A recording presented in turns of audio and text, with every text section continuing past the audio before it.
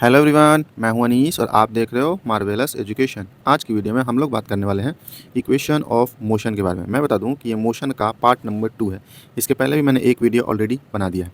अभी मैं चला रहा हूं कंप्लीट फिजिक्स का एक सीरीज़, उसका ये वीडियो नंबर 3 है। अगर आप चाहते हो कि उन सारे वीडियोज़ को देख लो तो ऊपर आई बटन में और नीचे डिस्क्रिप्शन बॉक्स में मैंने उसका लिंक दे रखा है।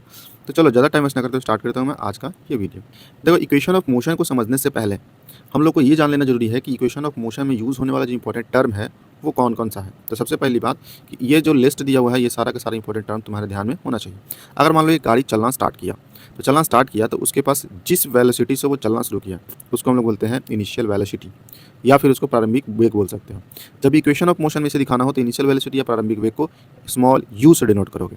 वहीं जब फाइनल वेलोसिटी को दिखाना हो, जिस वेलोसिटी तक का बताना है, उसे हम लोग बोलेंगे फाइनल वेलोसिटी, और या फिर उसे अंतिम वेग कहेंगे। जब इसे इक्वेशन ऑफ मोशन में शो करना हो तो इसे भी से डिनोट करते हैं। उसका स्पीड कितना बढ़ाया गया इसको हम लोग एक्सेलरेशन से डिनोट करते हैं। एक्सेलरेशन यानी कि स्मॉल ए से डिनोट करते हैं। तीसरा है हमारा टाइम, उस पूरे ड्यूरेशन में कितना समय लगा उसको हम लोग को स्मॉल टी से डिनोट करते हैं। और लास्ट है हमारा डिस्प्लेसमेंट यानी कि विस्थापन, इसे किससे डिनोट करेंगे? स्मॉल एस से। तो ये सबको किसके सिंबल से रिप्रेजेंट करते हैं? अगर आपको ये ध्यान में है तो इक्वेशन ऑफ मोशन को अच्छे से याद करके तुम उसका इस्तेमाल कर पाओगे। तो चलो हम लोग जानते हैं क्या होता है इक्वेशन ऑफ मोशन में। सबसे पहला नंबर equation, first equation of motion हम लोग बोलते हैं v equals to U plus A T को। अगर आपको इक्वेशन ऑफ मोशन जानना है तो टोटल इक्वेशन ऑफ मोशन 3 होता है, जिसमें से पहला इक्वेशन ऑफ मोशन क्या होता है? v equals to U plus E T A T. V equals to U plus A T कहाँ यूज़ करोगे? जब भी तुम्हें फाइनल वेलोसिटी या फिर अंतिम वेग निकालना हो। इसके लिए फॉर्मूला क्या होता है? इनिशियल वेलोसिटी या प्रारंभिक वेग प्लस एक्सेलरेशन इंटू टाइम कर दो, त्वरण को समय से गुना कर दो, यानी कि v equals to U plus A T. Symbol के फॉर्म में ऐसे ही डायरेक्ट याद रखो। लंबा इतना याद करना संभव नहीं है, इसलिए हम लोग इसको सिंबल के फॉर्म में डिनोट किया करते हैं। चलो एक एग्जांपल समझते हैं इसको। जैसे मान लो एक कार है, कहाँ से स्टार्ट हो रहा है? रेस्ट से। इसका एक्सेलरेशन है 2 मीटर पर सेकंड स्क्वायर, कितने सेकंड तक? 5 सेकंड तक। तब आपको बताना है फाइनल वेलोसिटी इसका कितना हो जाएगा 5 सेकंड के बाद। तो देखो, हमें पता है कि फाइनल वेलोसिटी निकालना है, तो फर्स्ट इक्वेशन ऑफ मोशन हम लोग आसानी से लगा सकते हैं। फर्स्ट इक्वेशन ऑफ मोशन क्या होता है? v equals to U plus A T. ठीक है, बिल्कुल। तो हम लोग क्या करते हैं, फर्स्ट इक्वेशन ऑफ मोशन को लगा लेते हैं। v यहाँ निकालना है मुझे। इनिशियल वेलोसिटी कितना दिया हुआ है? रेस्ट से स्टार्ट हो रहा था। रेस्ट जब भी दिया हो तो उसका इनिशियल वेलोसिटी 0 लेके चलना है, तो यहाँ मैं इनिशियल वेलोसिटी 0 पुट कर दिया। उसके बाद क्या करना है? एक्सेलरेशन 80 लगाना है। एक्सेलरेशन को टाइम से मल्टीप्लाई करना है। एक्सेलरेशन मुझे दिया हुआ है 2 मीटर पर सेकंड स्क्वायर और टाइम दिया हुआ 5 सेकंड, तो 2 इंटू 5 कर दूंगा मैं। आ जाएगा कितना? 10 मीटर पर सेकंड। मतलब 5 सेकंड के अंदर ही ये 10 मीटर पर सेकंड का स्पीड पकड़ ले। वैसे हम लोग सेकंड इक्वेशन ऑफ मोशन को जानते हैं। सेकंड इक्वेशन ऑफ मोशन क्या होता है? S is equals to U plus A T. किसको नापने के लिए? एस मतलब डिस्प्लेसमेंट। डिस्प्लेसमेंट निकालने के लिए फॉर्मूला क्या कुछ होना चाहिए? इनिशियल वेलोसिटी को मल्टीप्लाई कर दो टाइम से और 1/2 इंटू ए इंटू टी स्क्वायर कर दो, तब हम चाहो तो डिस्प्लेसमेंट निकाल पाओगे। कब? जब तुम्हारे पास एक्सेलरेशन दिया हुआ हो, तब डिस्प्लेसमेंट निकालने के लिए। तो इक्वेशन ऑफ मोशन देख लो, यहाँ पे दिया हुआ है कि यूज़ करने के लिए।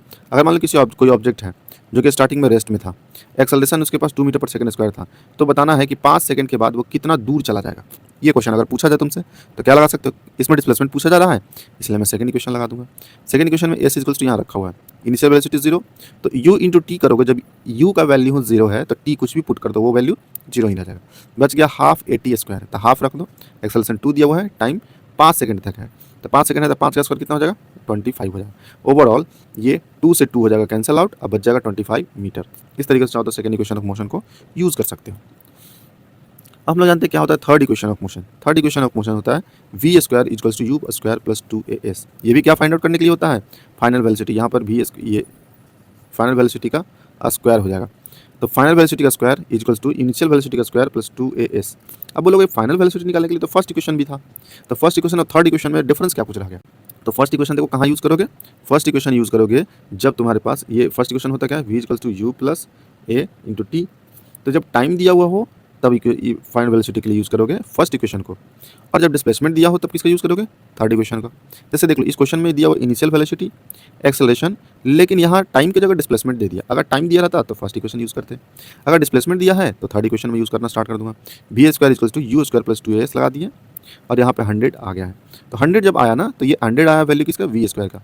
तो वी को क्या करेंगे? अब स्क्वायर जब उधर साइड लेके जाएंगे तो ये हो जाएगा वी इक्वल्स टू रूट 100 हो जाएगा। अब फाइनली 10 मीटर पर सेकंड इसका आंसर आ गया। अब थोड़ा सा एक समरी छोटा सा ले लेते हैं कि क्या क्या सा था हमारा तीन equation of motion.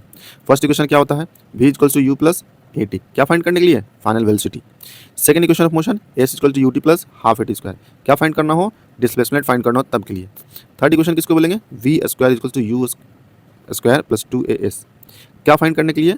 Final velocity या कभी कभी डिस्प्लेसमेंट फाइंड आउट करने के लिए भी दिया रहता है। इसमें टाइम जब नहीं दिया हुआ हो तभी थर्ड इक्वेशन को यूज़ करना, ये ध्यान रहे। अब देखो एक कंबाइन से इक्वेशन हम लोग देखते हैं कि एक क्वेश्चन अगर दिया हुआ तो उसमें तीनों इक्वेशन कैसे अप्लाई करेंगे।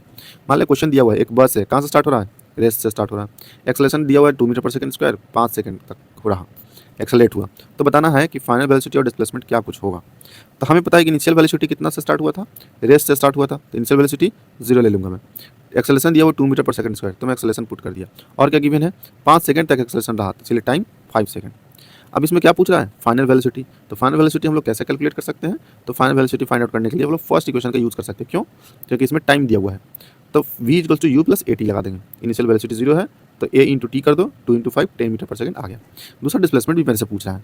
डिस्प्लेसमेंट पूछ रहा है तो U T T plus half at square लगा दो। इनिशियल वेलोसिटी है 0, हाफ at यहाँ लगाएं तो 25 मीटर आ गया। अब देखो, अब हमें अगर मान लो टाइम दिया हुआ रहे तो क्वेश्चन में टाइम दिया हुआ है, तो डिस्प्लेसमेंट भी दिया हुआ अब आ गया हमारे पास। अब चाहो तो थर्ड इक्वेशन भी यूज़ करके तुम फाइनल वेलोसिटी निकाल सकते हो। कैसे? V square equals to U square plus 2as लगा दो।